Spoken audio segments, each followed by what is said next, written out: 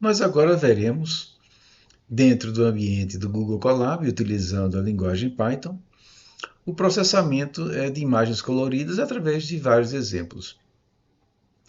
Esse Google Colab também será disponibilizado para vocês. Inicialmente, é feito aqui um clone, né, do GitHub. Tá? O clone é feito, enfim, as imagens, enfim, são carregadas. E é feita aqui nessa célula seguinte a importação das bibliotecas que serão utilizadas ao longo das células desse Google Colab, desse notebook. Então, inicialmente, enfim, a título inclusive de revisão, aqui está o esquema de cubo de cores, RGB, que nós já mostramos a vocês através de slide na aula. Então nós temos aqui diversos vértices aqui, né, ao longo desse cubo.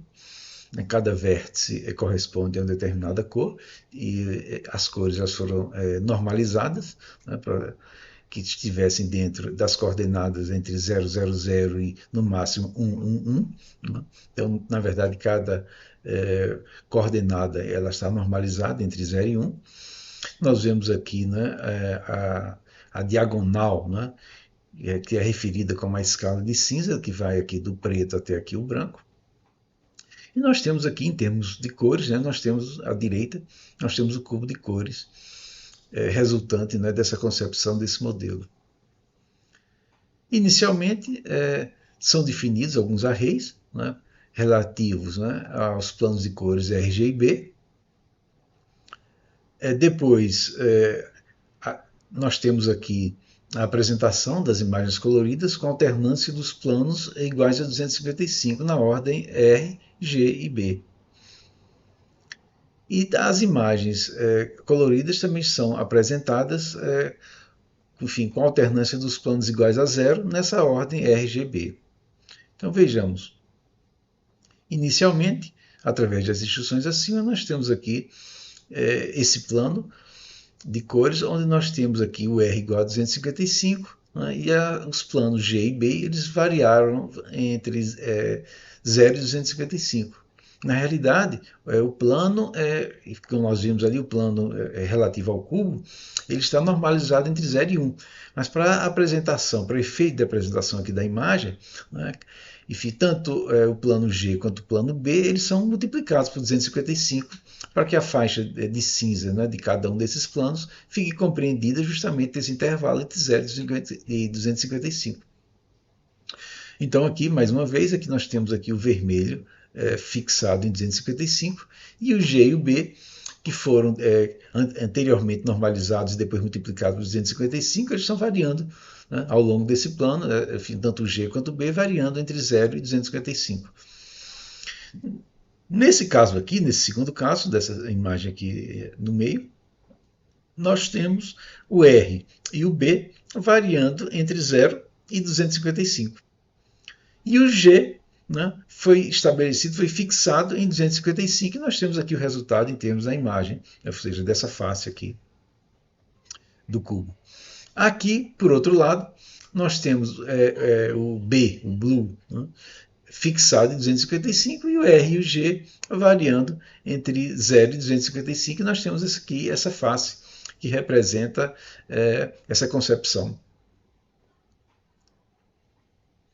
E aqui são os planos, enfim, em termos das superfícies ocultas. Aqui nós temos o 0 fixado para o vermelho, enfim, antes era 255, agora foi fixado em 0, e nós temos o G e o B variando entre 0 e 255. Então nós temos essa imagem aqui, essa face, que está sendo apresentada aqui para vocês desse modelo, enfim, do cubo de cores. Aqui nós temos a face, onde o G, na verdade, a componente verde, né, está fixado em 0, e nós temos o R e o B variando entre 0 e 255, e o resultado dessa face é, enfim, essa imagem que nós vemos aqui, intermediária, aqui no meio. E, finalmente, né, para o azul igual a 0, né, e as outras duas componentes, os outros dois planos, né, variando entre 0 e 255, nós temos esse resultado, nós temos aqui esse efeito que vocês podem ver aqui nessa última imagem aqui à direita.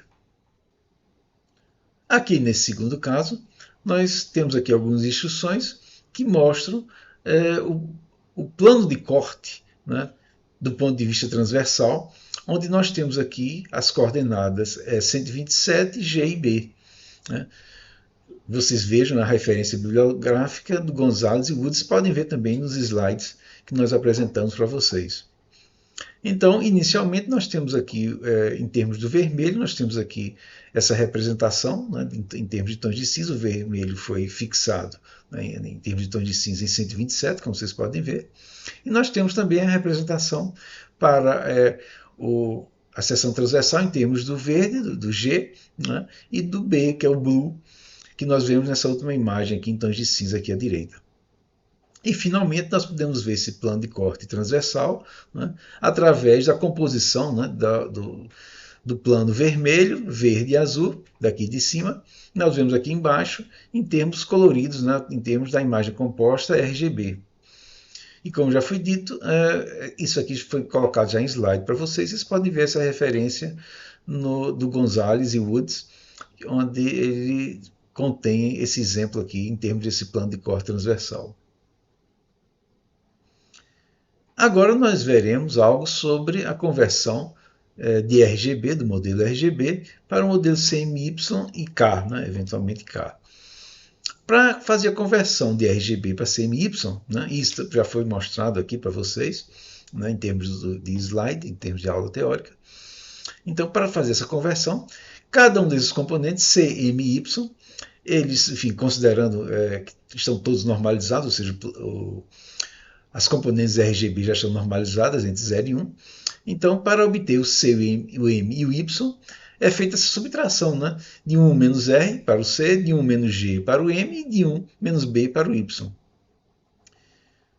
Mas, no entanto, de CMY para CMYK, né, primeiro é tomado o mínimo, né, entre o C, o M e o Y, e se K, que é esse valor mínimo, se ele for igual a unidade, implica que C, M e Y, todos eles serão iguais a zero. Em caso contrário, ou seja, se K não for igual a unidade, não for unitário, então C será obtido através desse quociente, dessa razão, C menos K dividido por 1 menos K, o M menos K dividido por 1 menos K, e Y de forma semelhante, Y menos K dividido por 1 menos K. Então, para apresentar, né, visualmente, né, essas componentes C, M e Y, né, em termos de imagens, enfim, que a gente possa utilizar, por exemplo, aqui na linguagem Python, é necessário fazer a denormalização e multiplicar cada um desses componentes aqui, C, M e Y, por exemplo, né, por 255 para poder ter a faixa de variação de cada um desses planos, enfim, dentro desse intervalo entre 0 e 255. A conversão de RGB para CMY ela é feita e depois de CMY para CMYK, usando operações sobre pixels por meio da biblioteca NumPy. É o que nós vemos aqui através dessa definição. Então, a função aqui é definida, RGB para CMYK, to CMYK, é o nome dessa função. Então, é feita a conversão para CMY, e que depois, enfim, dentro disso aqui é normalizado dividindo por 255. Ou seja, é feita aqui essa operação, né? Depois de ser feita essa operação inicial, né, os números são convertidos para números de ponto flutuante, de 32, float 32, é feita a normalização, e aqui são feitas as operações de conversão sobre os pixels através da biblioteca NumPy, né, que aqui é referenciada, né, como NP. Então, primeiro nós tomamos aqui o K como um mínimo, né, de CMY, como já foi dito. Depois é realizado, né, essa operação de divisão C menos K dividido por 1 menos K, etc, etc, para cada componente CMY. E, como já foi dito, é preciso multiplicar depois por 255, porque esses valores estavam normalizados entre 0 e 1, para que as imagens, enfim, possam ser apresentadas. Também é possível, né, realizar a conversão de RGB para CMY e depois de CMY para CMYK, mas com operações pixel a pixel, que representa isso, né, um processamento mais demorado. Que, se alguém tiver interesse, enfim, pode, como exercício, fazer o cálculo do tempo de processamento, né, diante dessas duas opções, né, dessas duas funções RGB para CMYK. Ou seja, aqui foi definida outra função, RGB para CMYK. E aqui nós temos, ao invés de utilização da biblioteca NumPy, né, diretamente, nós temos aqui um loop embutido em outro, né, são, enfim, dois loops. E essas operações anteriores, né, enfim, para a conversão, elas foram executadas dentro desse loop. E depois houve a denormalização, enfim, com cada componente multiplicado por 255. Bom, então aqui vamos mostrar um exemplo. Primeiro é feita a leitura dessa imagem, se trata de uma águia, né, é chamada a função de conversão. Depois é a apresentação da imagem original e a apresentação de cada um dos canais CMYK, na realidade, em tons de cinza. Então nós temos aqui a águia, que foi a imagem original, que foi lida, e depois nós temos a representação, em termos de tons de cinza, de cada um dos canais C, o M, o Y e o K, mostrando a vocês o resultado final através do modelo que foi apresentado e enfim, do processo de conversão e processo de denormalização.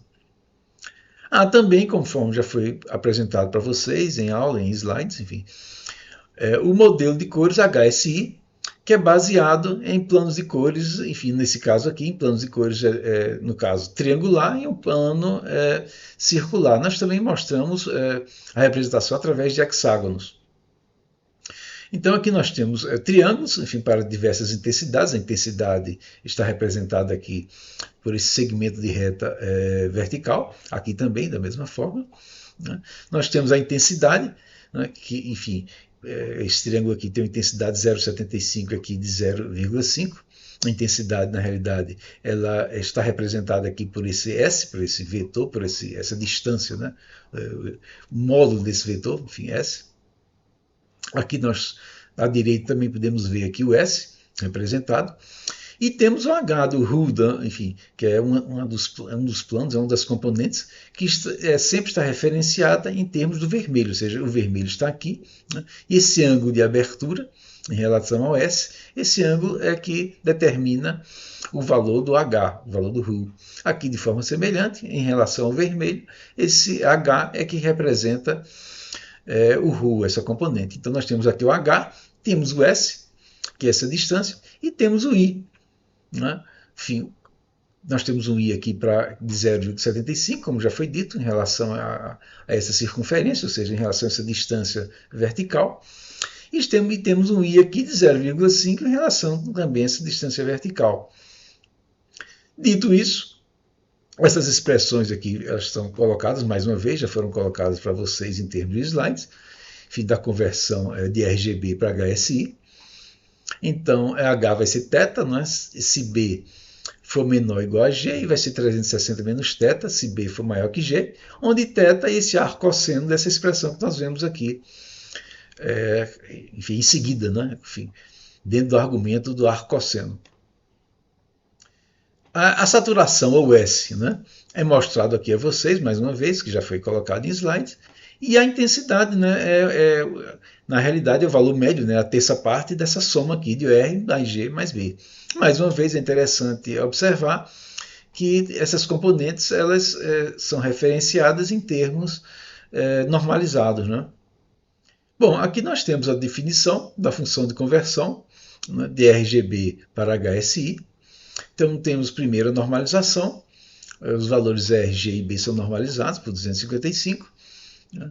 E todas aquelas operações matemáticas que já foram colocadas para vocês, enfim, mais acima, elas são realizadas, tá certo?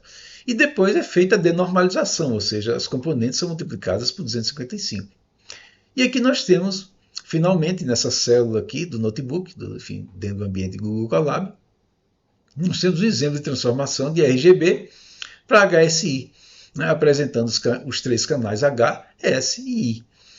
Inicialmente, aquela mesma águia é lida, né? Nós temos a conversão da imagem, né, para o modelo HSI, né, através dessa função.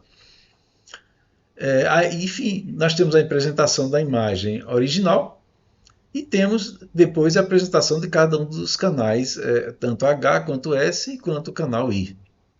Então temos aqui a imagem original da águia e temos a seguir o canal H, o canal S e o canal I, depois da conversão que foi realizada de RGB para HSI.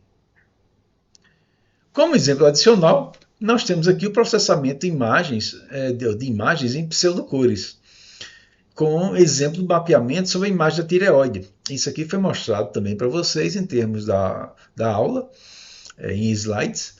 Então nós vamos ver agora em termos de programação, em termos do Notebook Colab. Enfim, inicialmente é lida aqui a imagem aqui da tireoide. Depois é realizada aqui a apresentação dessa imagem da tireoide, uma imagem original. Essa imagem é convertida para tons de cinza. Né? Aqui é realizada uma cópia para efeito de programação, uma cópia da imagem. E a apresentação da imagem é realizada, da imagem original, porém agora convertida em tons de cinza. Após isso, é feito aqui um mapeamento em 8 cores, conforme os valores atribuídos para a variável CMAP, que está aqui. E é realizado um mapeamento através da comparação com os limiares em L, ou seja, aqui foi definida uma variável, né?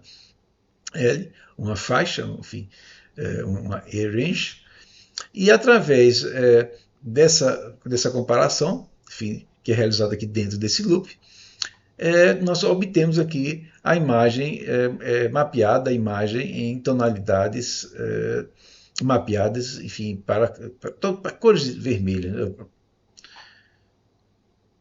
E finalmente é realizado o mapeamento por comparação com os limiares em L. Então nós temos a imagem final, enfim, com um mapeamento que transformou imagens em tons de cinza em imagens coloridas, né?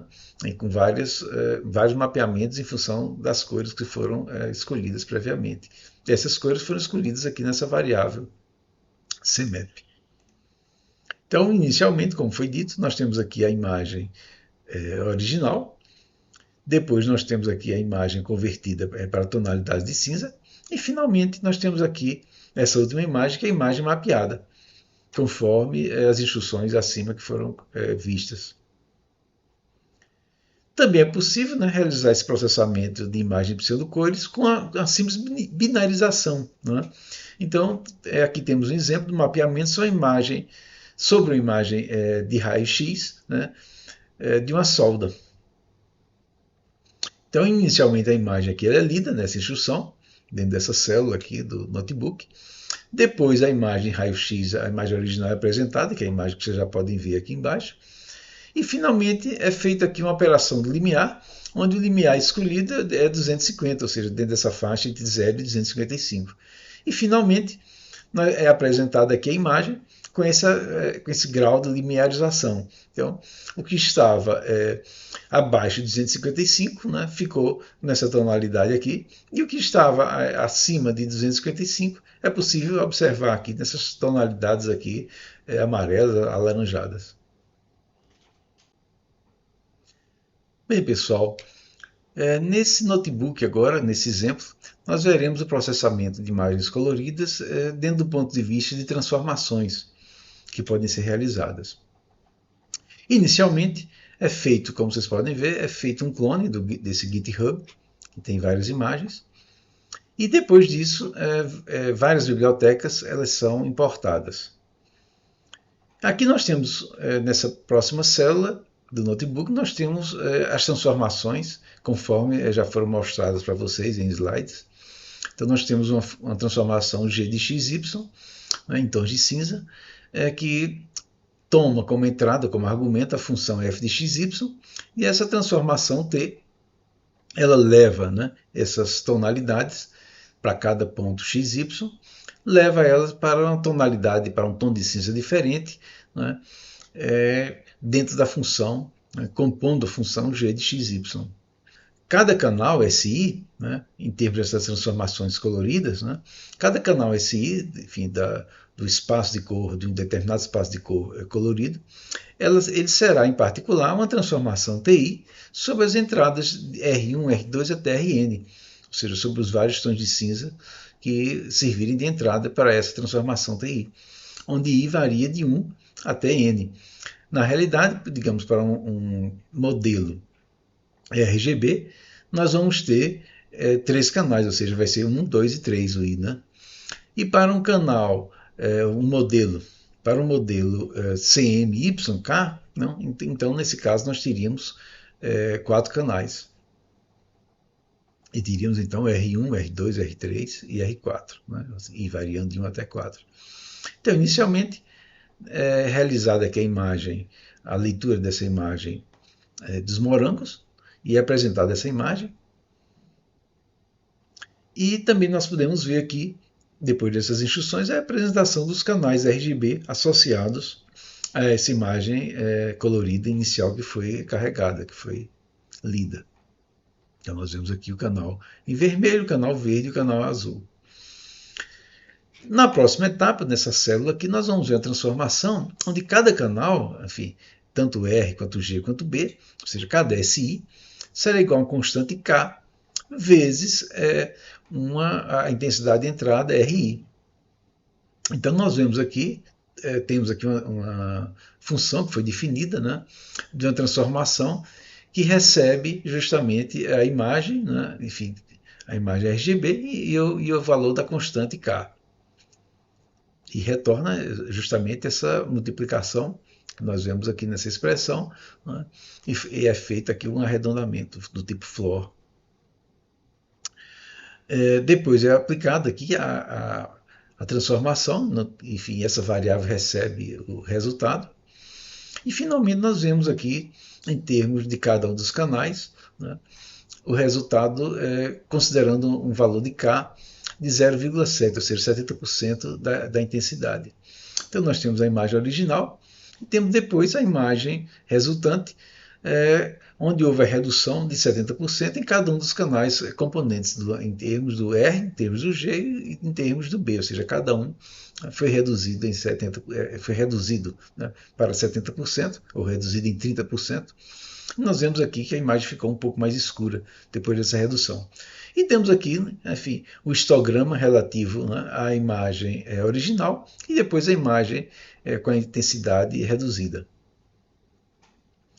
Nesse outro exemplo, nós temos aqui esse tipo de transformação, mas porém utilizando o modelo, né, HSI. Então, o canal S3 ele é um K vezes R3, porém os canais S2 e S1 são idênticos, né, em termos de intensidade, idênticos aos canais de entrada, em termos dos tons de cinza, né, que foram utilizados como entrada. Bom, aqui é a definição da função, né, a função que vai fazer esse tipo de transformação, enfim, em termos desse modelo aqui. E temos, enfim, na próxima célula o exemplo, né? Então, inicialmente, o R, G e B, enfim, essas componentes elas são normalizadas e a função ela é processada em termos das componentes, em termos das equações que já foram vistas aqui e foram mostradas aqui para vocês. E é retornado o resultado em termos do HSI depois desse processamento, depois dessa transformação que foi definida. Aqui nós temos, então, a aplicação dessa função de conversão, né, e temos a apresentação dos canais originais, HSI, temos a aplicação da transformação, ou seja, a função que foi definida mais acima, na célula acima, né, essa função foi chamada, e essa variável recebeu o resultado da saída dessa função. E temos apenas a aplicação sobre o canal de intensidade, ou seja, nós temos aqui inicialmente o canal RU, canal de saturação e canal de intensidade, e podemos ver que a saída, conforme foi definida inicialmente, ela foi aplicada apenas sobre o canal de intensidade. E finalmente nós temos aqui os histogramas iniciais e temos aqui o histograma final. E vemos aqui que o canal de intensidade realmente sofreu, né, uma redução, né, de 30%, ou seja, foi reduzido de 1 para 0,7. Isso fica facilmente visto aqui em termos dos histogramas. Enfim, o histograma inicial e o histograma final. E agora vamos ver essa aplicação da transformação, porém para o modelo CMY.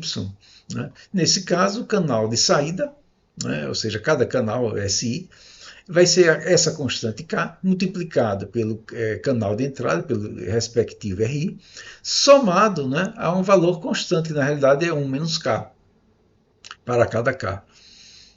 Então, aqui é definida essa função de transformação, o que recebe, né, a imagem em termos do modelo CMY, juntamente com o parâmetro K, e retorna essa função aqui que nós temos aqui em cima. Enfim, também de forma, apesar das funções serem diferentes, mas de forma semelhante ao que já foi feito anteriormente nas outras transformações que nós vimos ainda há pouco.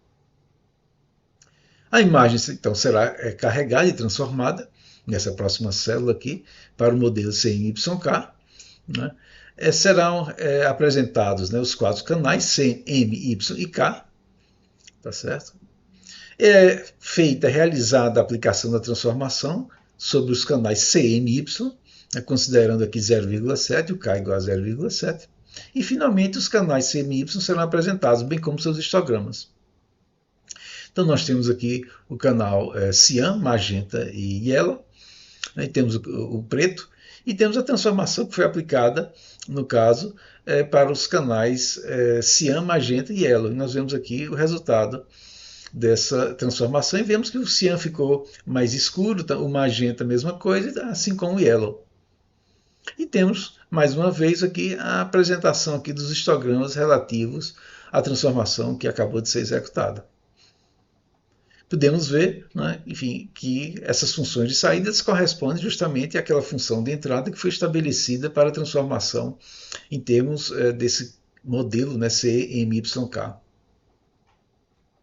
Há também a complementação da cor. Né? E aqui temos um exemplo em termos de complemento de cor, ou seja, a função definida é a imagem, enfim, complementar, que é igual a 255, tom máximo de cinza, menos o tom de cinza da imagem original, ou seja, é feita essa subtração. E aqui nós temos o complemento, né, relativo àquela imagem original dos morangos. Existe também o fatiamento de cores. Então essa função do fatiamento pode ser vista de forma resumida, de modo que onde o valor absoluto da imagem menos esse valor A, quando isso for maior que W sobre 2, nós vamos ter uma tonalidade de cinza com essas coordenadas RGB iguais todas a 128. E quando isso não for verificado, ou seja, quando não for maior do que W sobre 2, for menor que W sobre 2, nós teremos a imagem original. Então foi definida aqui uma caixa, né, onde, digamos, o centro, né, o ponto central aqui, relativo aqui a essa tonalidade A, foi escolhida e ficou como 65.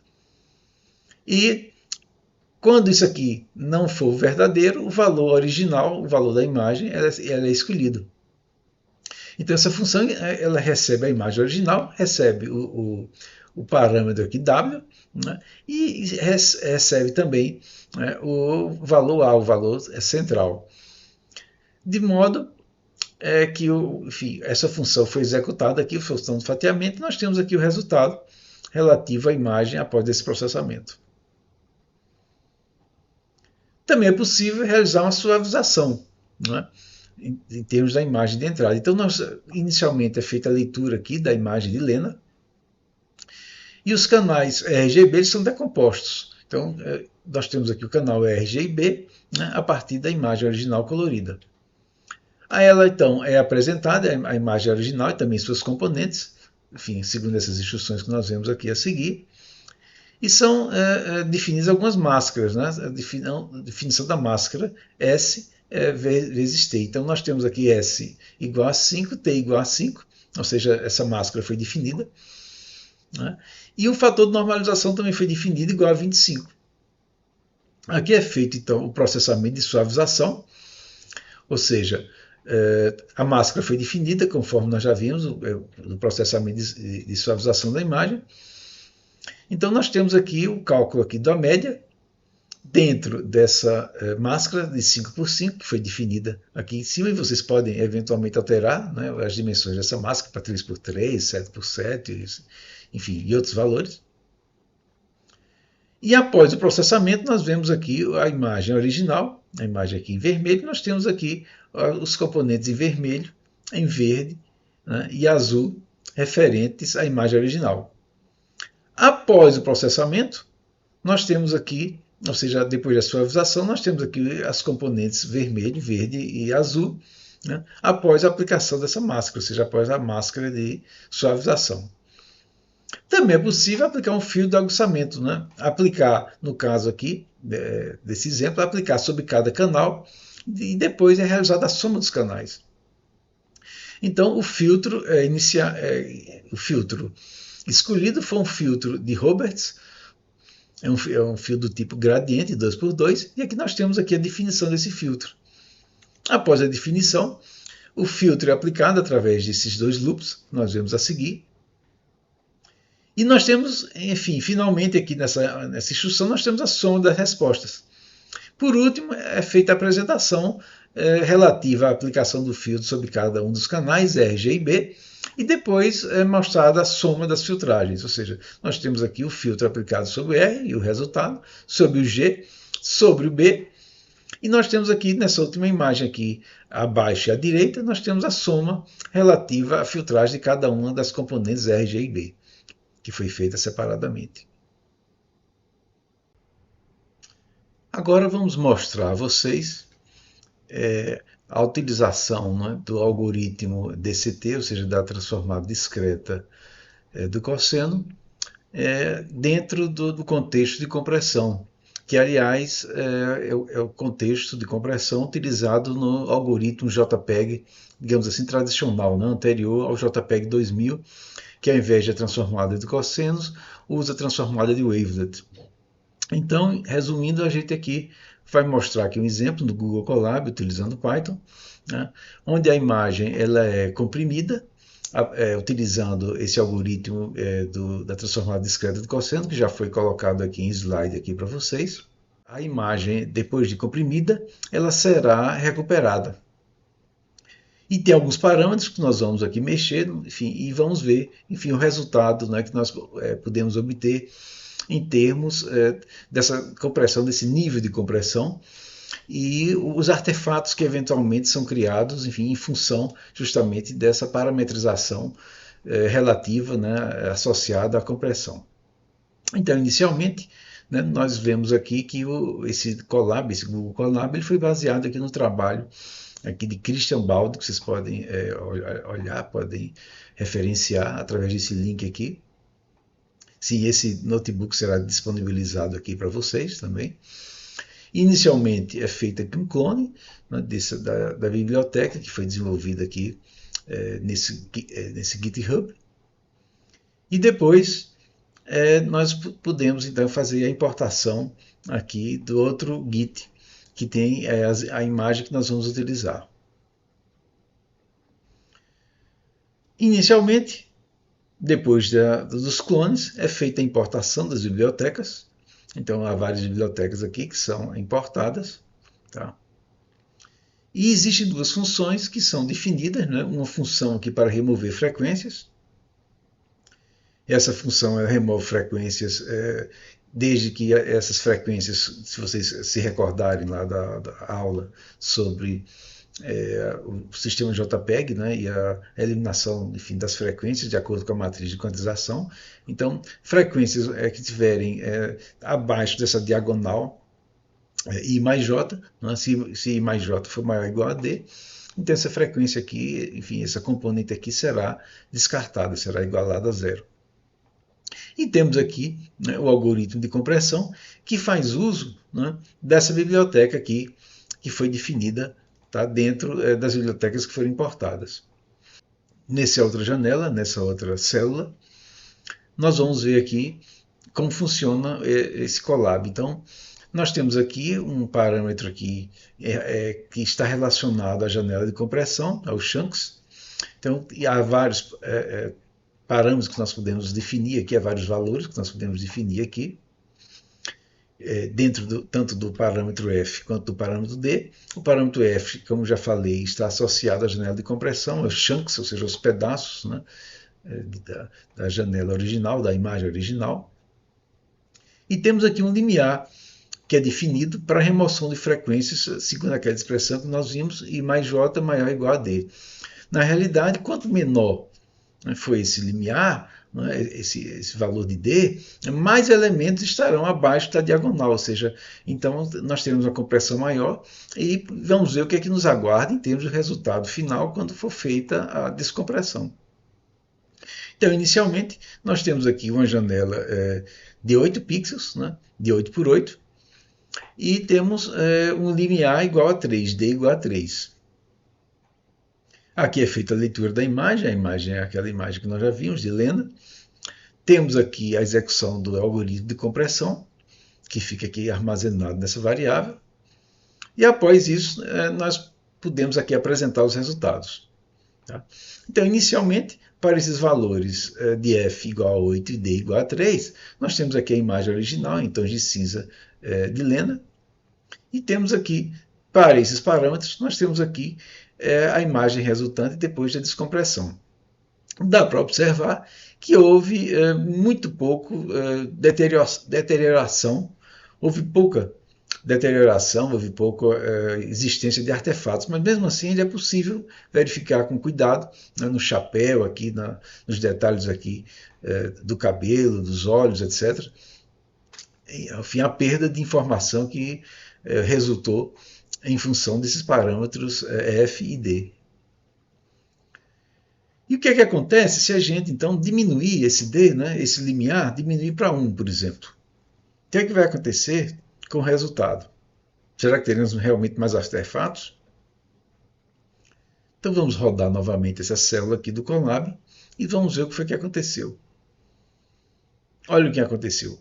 Enfim, preste bem atenção e vejam que a imagem original, né, ela se encontra, enfim, com uma quantidade bastante expressiva, né, de artefatos, enfim, e de pixelação, né? Então, enfim, a resolução da imagem realmente diminuiu e podemos perceber isso com bastante clareza. Tá certo? Bom, vamos então aumentar. Nós diminuímos, né, esse parâmetro D, que está relacionado justamente à remoção das frequências maiores, ou seja, um D menor remove mais frequências, mais componentes, né, mais harmônicos. Então, se a gente aumenta esse D novamente, e ao invés de D igual a 1, nós vamos colocar agora D igual a 5.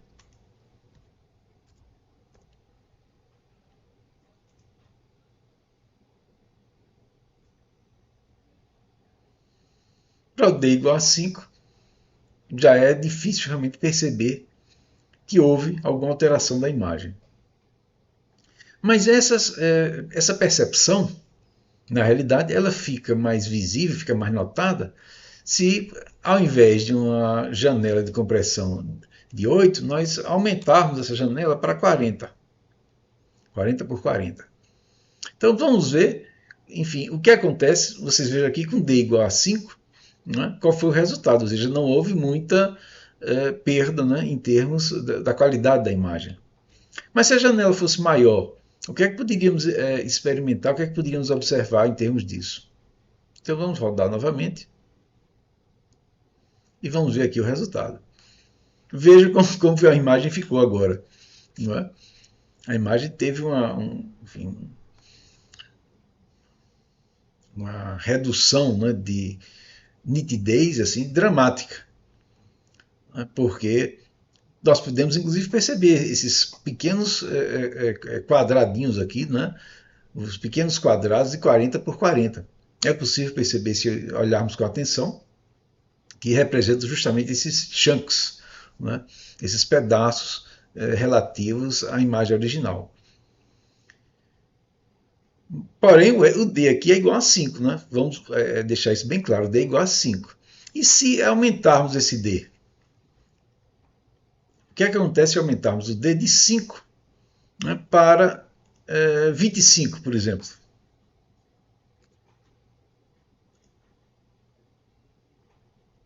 O que é que nós podemos esperar? Ora, com D igual a 25, né, nós percebemos que, enfim, muito pouco foi perdido em termos das informações originais da imagem. Né? Não conseguimos, inclusive, mais perceber, né, os quadrados, né, os chunks de 40 por 40 que vimos no exemplo anterior. Então a imagem, ela, enfim, perdeu, mas não de forma que seja perceptível, né, ou facilmente perceptível. E se fizermos agora o inverso, nós estávamos com D igual a 5. E se reduzirmos o D para 1,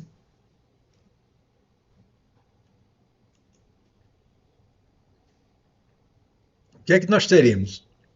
Agora já não conseguimos mais perceber.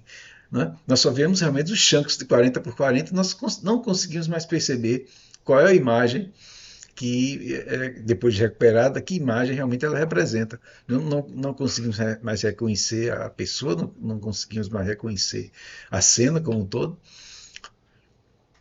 justamente porque removemos, enfim, a maior parte dos componentes, né, de alta frequência.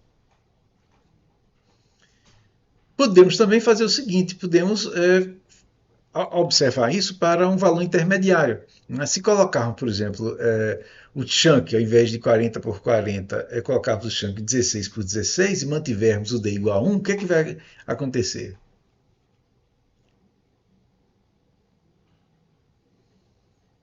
Bom, vejam que com os quadradinhos, né, nós percebemos aqui os quadradinhos menores, né, depois dessa redução de 40 por 40, mas já percebemos uma silhueta, né, alguma imagem, né, enfim, alguma referência a uma pessoa. Não conseguimos, evidentemente, ver os detalhes, mas isso já melhorou em termos de percepção. E se voltarmos aqui a colocar o D, né, esse limiar de remoção de frequência, se voltarmos a colocar ele aqui em 3 ou 5, o que é que nós teremos? Nós teremos uma imagem, enfim, meio borrada ainda, né? Mas melhorou de forma considerável.